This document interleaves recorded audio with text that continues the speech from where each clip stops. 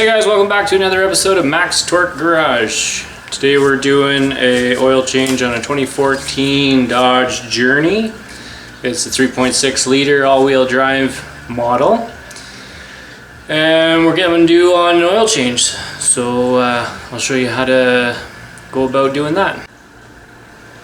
Okay, so this model of Dodge Journey, you can access everything you need by leaving the cover on if you want. I find it easier just to work with it off. You can actually get to your oil filter just from this little cap here. There you go. I find it way easier just to pop the whole thing off, and then you have access to your oil filter, more access to your oil filter anyway. Notice everything is on the passenger side, so when we get down under the vehicle, you'll see that that's where your oil pan is as well. So you're not worried about draining your transmission accidentally.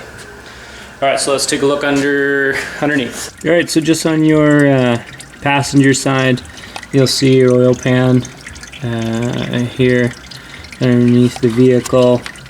I've cracked this one already and got it draining. There's the plug.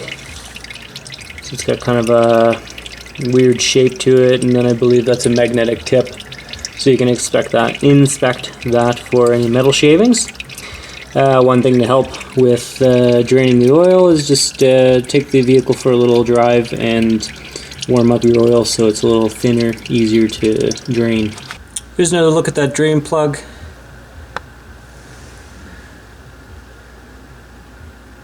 I can't tell you what size it is. I'm just using a crescent wrench to take it out and put it back in. And these don't have to be torqued down super hard, just to snug them up. Almost just past finger tight is more than enough. Okay, once your oil plug is back in, or once your oil's drained and your oil plug is back in, you can come up top here. These Dodge Journeys have a cartridge style filter, so you can see the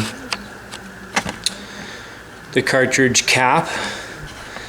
Black rounded cap, and on the top there I used a 24 mil wrench just to loosen it up. So for these cartridge style caps, I take the new one out of the filter. You can inspect it, make sure there's no cracks or any dirt already on there. These cartridge style filters always come with a new O-ring for the top of this cap. So just to keep things clean, what I do is I'll take an old rag and put it inside the box, if you can see that. And then when I pop out the old one,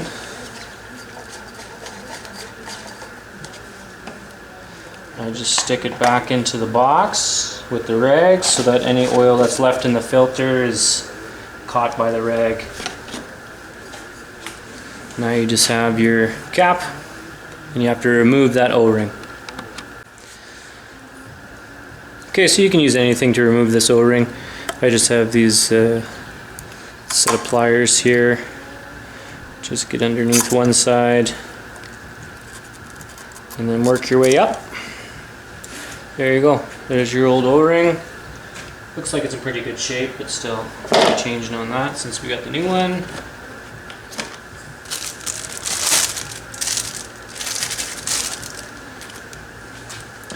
New one just slips down over the treads and into place where the old one was.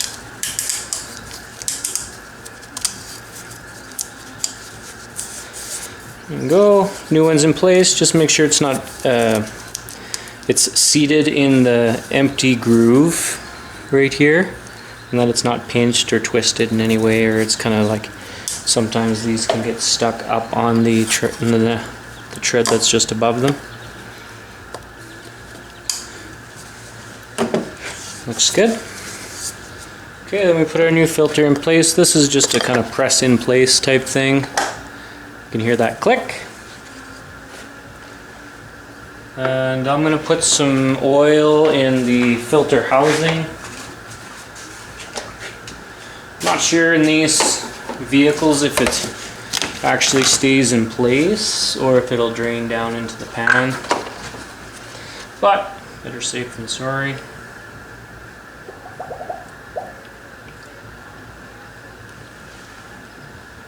Yeah, it looks like it's draining there, so once you fill it up, that'll get oil in it. This journey is 5W30 listed as the oil of choice. Tighten up your oil filter housing cap. And this again is not torqued down very tight. That O-ring, you don't want to pinch it, and it won't. If you pinch it, it won't do its job. So I'm not looking for super tight here. Starting to feel this snug up on me here. There you go. That's all you need. And then just top up your oil, and that's it. One thing you'll want to do is add your oil, check the dipstick. Once you get to the recommended level, I'd add just a little bit more, because on startup you're going to have oil that's going to go into your oil filter housing, and that'll bring your overall level down. So check the level, start your vehicle, and then check the level again. And that's it, you're done. Just one thing to note on these oil changes, I did jack up the passenger side of the vehicle just so I could actually fit under there and get to the oil drain plug.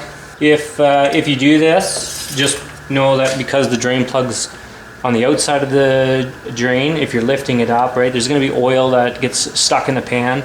So if you want to drain it as best you can lower the vehicle, let it drain, jack it back up, go under, put your drain plug in, and then just make sure it's level when you're checking the, make sure the vehicle's off the jack when you're checking the level here. So the next one will be doing something else, wrenching on this junk. I'm Mike. Thanks for watching. Please subscribe.